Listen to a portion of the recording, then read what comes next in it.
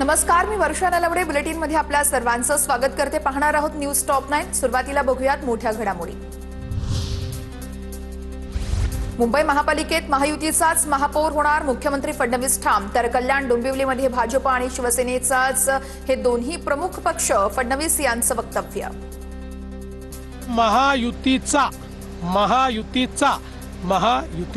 महापौर.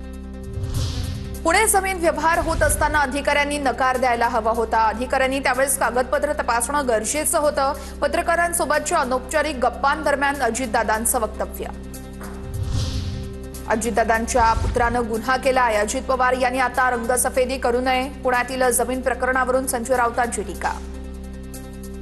पवारच्या पिताश्रींचं एवढं वजन आहे सरकारवर, कोणाची हिंमत आहे सांगण्याची? भारत पवार एखादं प्रपोजल घेऊन आलेले आहेत, कोणाची हिंमत आहे महसूल खात्यामध्ये, प्रशासनामध्ये? आता फार रंगसफेदी करू नये.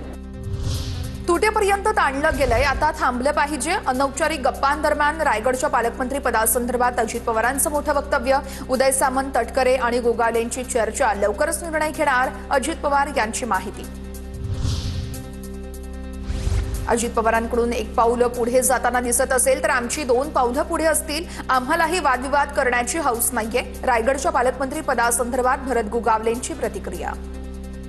दादाकडनं एक पाऊल पुढे जाताना दिसत असेल तर आमची 2 पावलं पुढे असतील. कारण काय आलंय, आम्हालाही हौस नाही आहे की वादविवाद करून राजकारण करायचं, संघर्ष करून.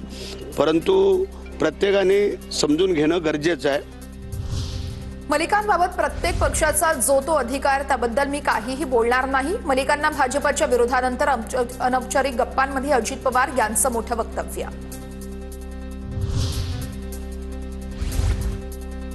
साखर कारखानदारीबाबत राज्याचे मुख्यमंत्री ब्लॅकमेलरच्या भूमिकेमध्ये माजी खासदार राजू शेट्टी यांचा हल्लाबोल.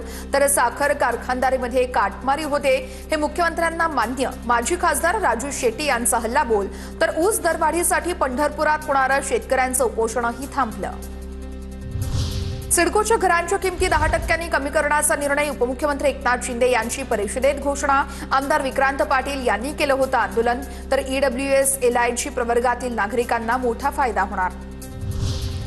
नागपूर अधिवेशनावरती जाणारा लोटांगण मोर्चा पोलिसांनी अडवला. मुख्यमंत्री युवा कार्य प्रशिक्षणार्थींचा मोर्चा पोलिसांनी अडवला. तर प्रशिक्षणानंतर रोजगार न दिल्यानं विद्यार्थी चांगलेच आक्रमक. मोर्चा आक्रमक झाल्यानंतर पोलिसांकडून आंदोलकांची धरपकड.